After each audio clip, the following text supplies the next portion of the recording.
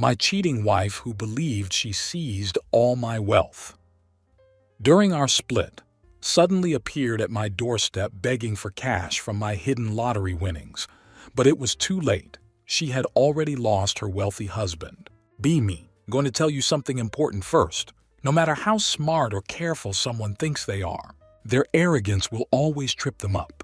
That's exactly how my ex-wife Natalie ended up. Natalie and I had been married for 6 years. On paper, it was a decent life.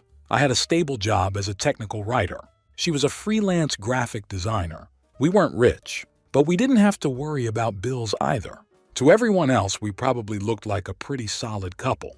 But let me tell you, I wasn't about to end up one of those guys who finds out years later that they've been played for a fool. Started noticing little things. Natalie's schedule got weird. She'd suddenly have client meetings in the evenings, or take hours to run simple errands. Started dressing up a lot more. Heels, makeup, the whole deal. Even if she was supposedly just meeting a client for coffee. And her phone? That thing was practically glued to her hand. But she'd never leave its screen up on the table anymore. Wasn't the kind of guy to jump to conclusions. But I'm also not an idiot. Something wasn't adding up. Decided to test the waters one night. Casually asked her how her day went, what her client wanted, and so on. She gave me the vaguest answers, then quickly changed the subject. It was like she couldn't get out of the conversation fast enough. Didn't push it, but I wasn't letting it slide either. Over the next few weeks, I started paying closer attention. She'd leave the house to work at odd hours, but she didn't bring her laptop. Her social media started looking more like a single woman's profile, posting selfies, vague captions about freedom and happiness, that sort of thing. The turning point came one evening. She left her laptop open, wasn't looking for anything, was just moving it out of the way. But when I picked it up, I saw a message notification pop up. She had her iMessage linked to her laptop from some guy named Trevor. Last night was amazing. Could have gone nuclear right then and there, but I didn't. I'm a planner by nature. Wasn't about to give her the chance to twist the story. Instead, I opened the text. Sure enough, it was exactly what I thought it was. A whole thread of messages between her and Trevor going back 2 months. They talked about everything. How they'd met at a yoga class, their secret meetups, and even how she was planning to leave me once the time was right. Wasn't just mad. I was focused. Forwarded the messages to myself. Screenshotted everything. Made a folder full of evidence. Wasn't going to give her an inch of wiggle room. The next day I called a lawyer. Laid out the situation. Showed him what I had. Asked what my options were. He told me it was going to be a fight, especially since we didn't have a prenup. But with the evidence I had, we had a solid case for a divorce on the grounds of infidelity. When I finally confronted Natalie, I didn't yell or lose my temper. I just showed her the messages and said, "So when were you planning on telling me?" She froze for a split second, tried to deny it, but the evidence was too damning. Then she switched tactics, blaming me for not being attentive enough or making her feel appreciated. Shut that down real quick. This isn't about me. It's about you, and you know it. We're done. That's when the real battle began. Natalie wasn't about to let me walk away without paying for it. She lawyered up, came after me for everything she could get. Half my savings, the house, the car, even part of my retirement. Her argument? She sacrificed so much for our marriage and deserved her share. The divorce process was hell. Her lawyer tried every trick in the book to drag things out and make my life miserable. At one point, Natalie even claimed she needed more money because she was supporting me emotionally while I built my career. The audacity was unreal. My lawyer told me I had a good shot at keeping most of what I'd worked for if we took it to court. But after months of back and forth, I just wanted it over with. So I made a choice. I let her have it. It wasn't worth the mental toll to keep fighting. The day the divorce was finalized, I felt like a weight had been lifted off my shoulders. Sure, I was broke, but I was free. At the time, I had no idea just how much karma was going to come back around. So after the divorce, my life boiled down to 2 things: work and survival. Starting over from scratch wasn't just some cliche for me. It was my reality. I was 37, living in a 1-bedroom apartment on the edge of town, with furniture I'd either picked up at thrift stores or dragged in from the curb. My once comfortable life, complete with a house and a car I'd loved, was gone. But honestly, I was too determined to dwell on it. The apartment wasn't much. It had scuffed floors, a kitchen that could barely fit 2 people, and neighbors who thought 2 a.m. karaoke sessions were a good idea. My living room was a futon I found on Craigslist, and a TV that only worked if you banged it on the side. The walls were bare. The fridge was mostly empty, but it was mine. No Natalie, no Trevor, no constant reminders of how badly I'd been screwed over. I threw myself into my work. My job as a technical writer wasn't glamorous, but it paid the bills and I was good at it. I picked up every extra shift I could, taking on freelance gigs in my free time. My weekdays blurred into weekends, and I rarely took a day off. Sleep became optional. It wasn't the healthiest way to live, but I had a goal: rebuild my savings and prove to myself that I could thrive without Natalie or anyone else. The first few months were tough. My bank account was laughable, and I was constantly exhausted. I'd sit down after a 12-hour day, stare at the pile of bills on my coffee table, and wonder how the hell I'd gotten here. But then I'd remind myself I was free. No more Natalie telling me I wasn't good enough. No more pretending everything was fine while she lived a double life. That thought alone kept me going. One thing I realized quickly was how little I actually needed. When you're stripped down to the basics, you figure out what's really important. I didn't need fancy clothes, or a new car, or a perfectly decorated apartment. I needed a roof over my head, food on the table, and the drive to keep moving forward. It was almost liberating to let go of all the material crap Natalie had obsessed over. Of course, social media didn't make it easy. Natalie and Trevor were living it up, or at least that's what they wanted everyone to think. Photos of them lounging by the pool at my house, smiling next to my car, and acting like their relationship was hash goals, popped up in my feed every other day. I could have blocked her, but part of me wanted to see how it all played out. I knew it wouldn't last. People like Natalie and Trevor were built to self-destruct. Sure enough, cracks started to show. Mutual friends told me Trevor wasn't exactly the responsible, loving guy Natalie had made him out to be. He quit his gym job and was spending most of his time partying and burning through Natalie's money. Apparently, she was footing the bill for everything: groceries, utilities, even his bar tabs. The house she'd fought so hard for? It was already falling apart because neither of them could be bothered to maintain it. The car. Trevor crashed it into a mailbox within 6 months. I'll admit, hearing about their downfall gave me a little satisfaction. Okay, maybe more than a little. But I didn't dwell on it for too long. I had my own life to focus on. And for the first time in years, I was starting to see progress. One of the first big milestones was paying off my debts. Between the divorce and Natalie draining our joint accounts, I'd been left with a mountain of credit card bills and a couple of lingering loans. It took months of scrimping and saving, but one by one I knocked them out. The day I paid off the last one, I celebrated with a cheap frozen pizza and a 6-hour binge of my favorite show.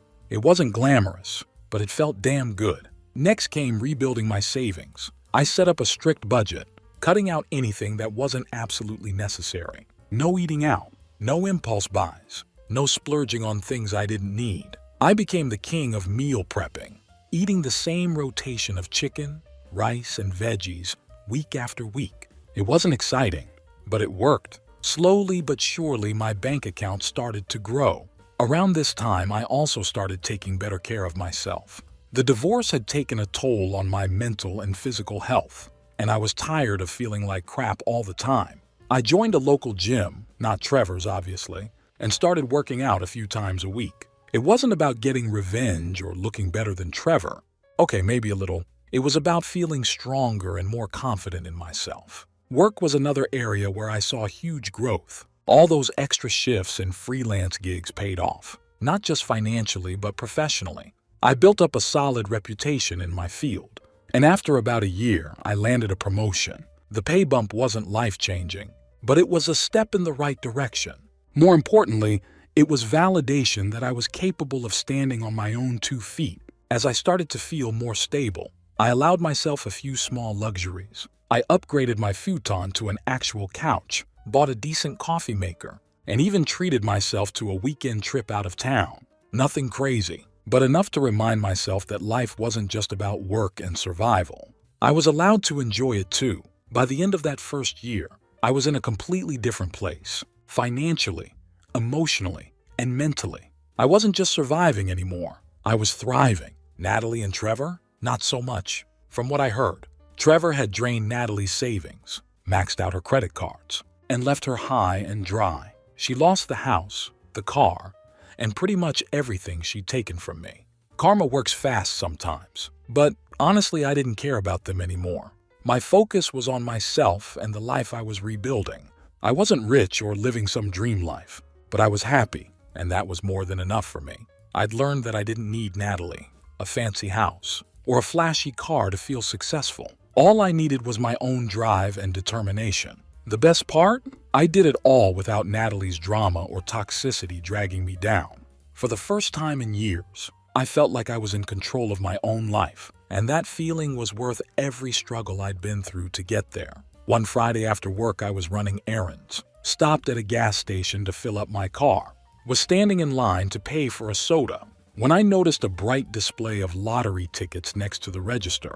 Normally, I wouldn't give those a second glance. Wasn't the kind of guy to waste money on long shots. But for whatever reason, I thought, why not?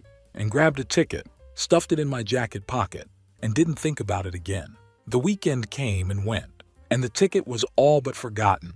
A few days later, I was scrolling through my phone while eating dinner, saw a headline about an unclaimed lottery jackpot.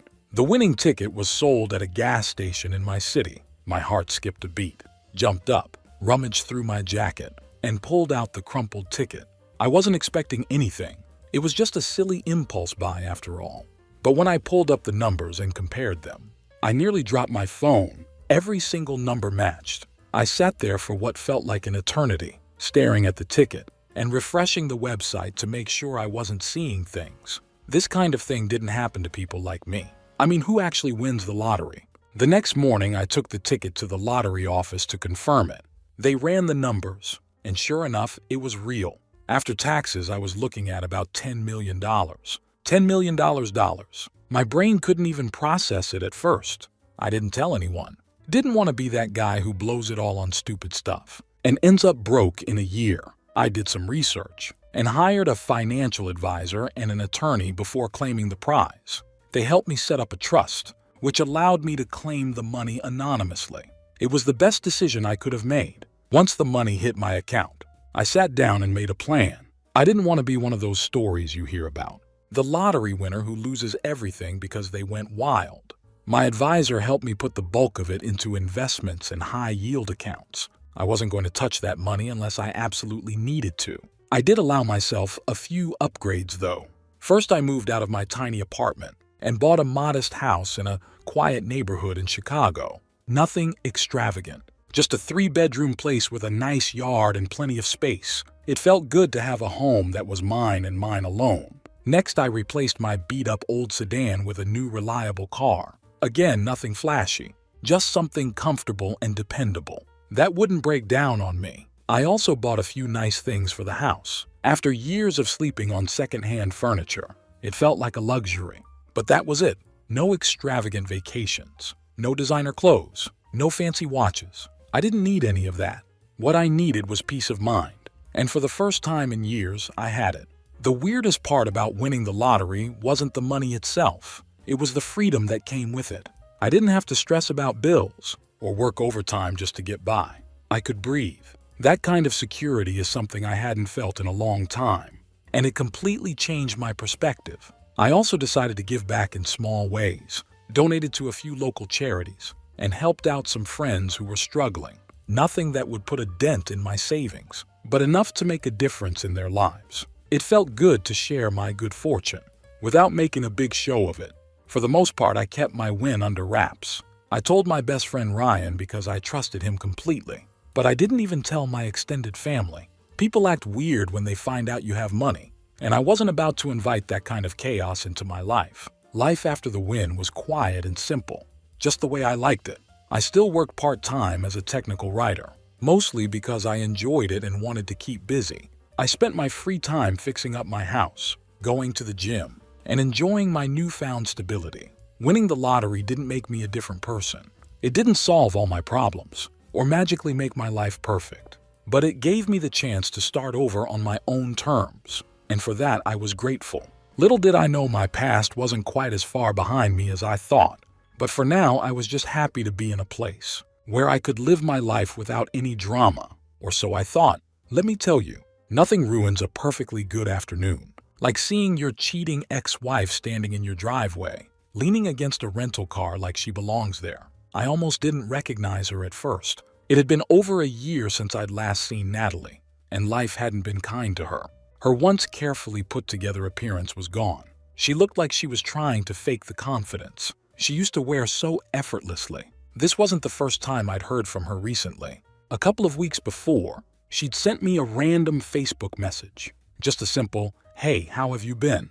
I didn't even bother to respond. After everything she put me through, the last thing I wanted was to open that door again. Then came the calls, unknown numbers ringing at odd hours. I ignored them all, figuring it was probably her.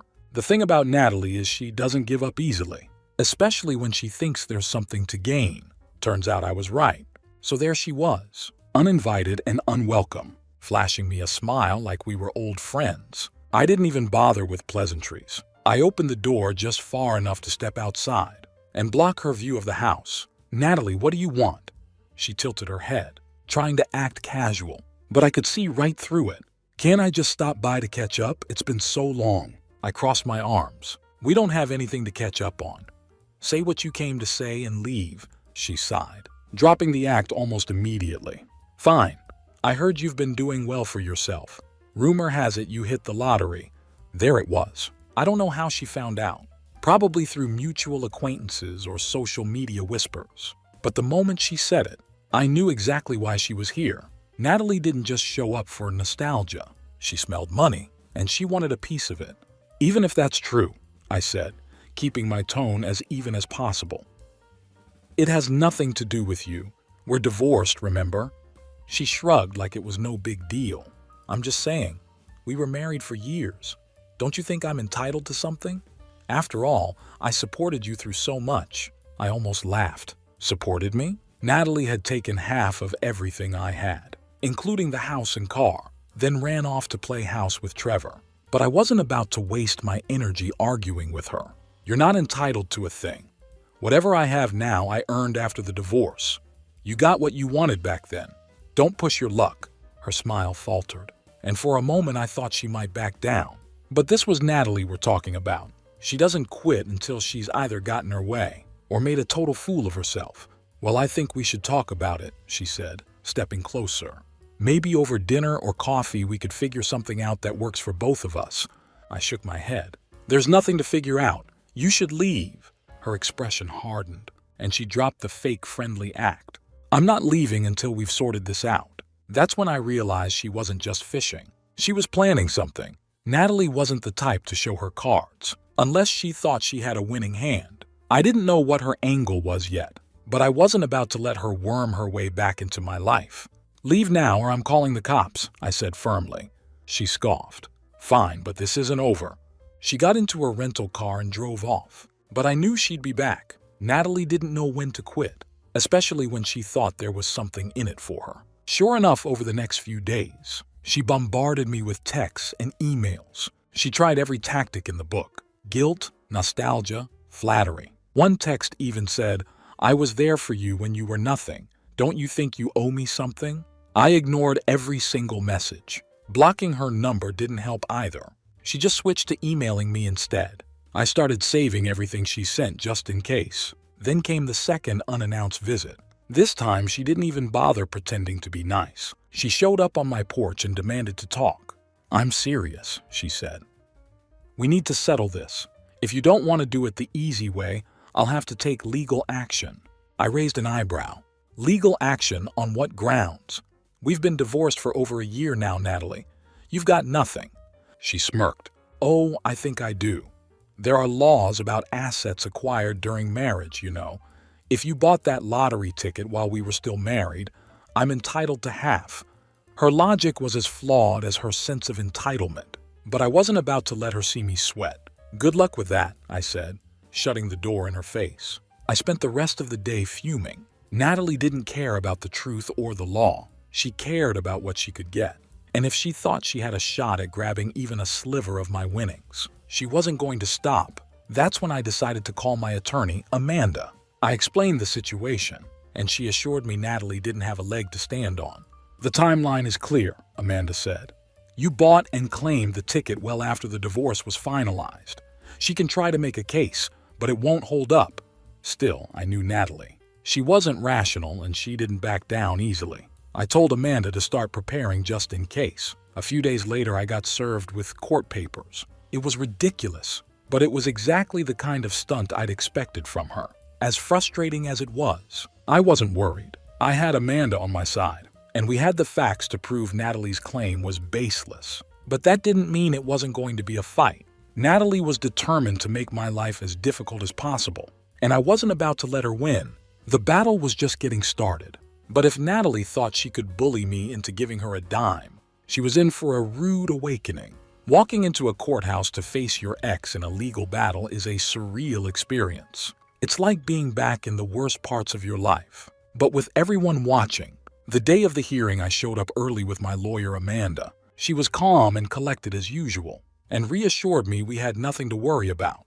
Natalie, on the other hand, strolled in like she was auditioning for some kind of reality show. She was all dolled up, wearing heels that echoed through the hallway, and had this smug look on her face like she'd already won.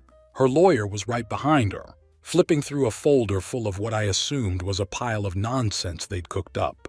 The courtroom itself was smaller than I expected. It wasn't like the dramatic scenes you see on TV. Just a judge, a court reporter, and a handful of people. Natalie sat on one side of the room with her lawyer, and I sat on the other with Amanda. The judge opened by reviewing the basics of the case. Natalie's claim was that my lottery winnings were marital assets I had hidden during the divorce. Her lawyer argued that I had intentionally concealed the ticket, depriving her of what she was legally entitled to.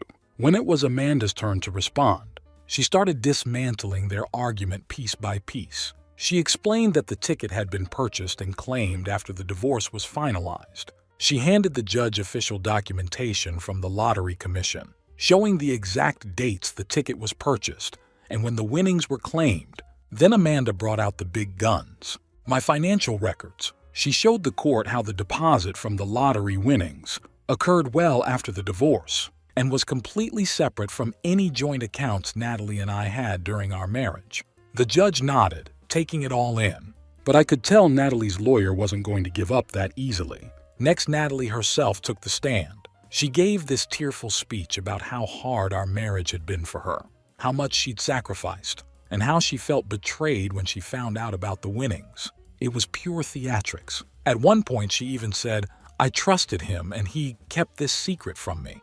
I don't think I'll ever recover from that kind of deception." Recover from what? She wasn't recovering from me. She was recovering from Trevor draining her dry. But of course she didn't bring that up. When Amanda cross-examined her, things got interesting. Amanda started by confirming the timeline.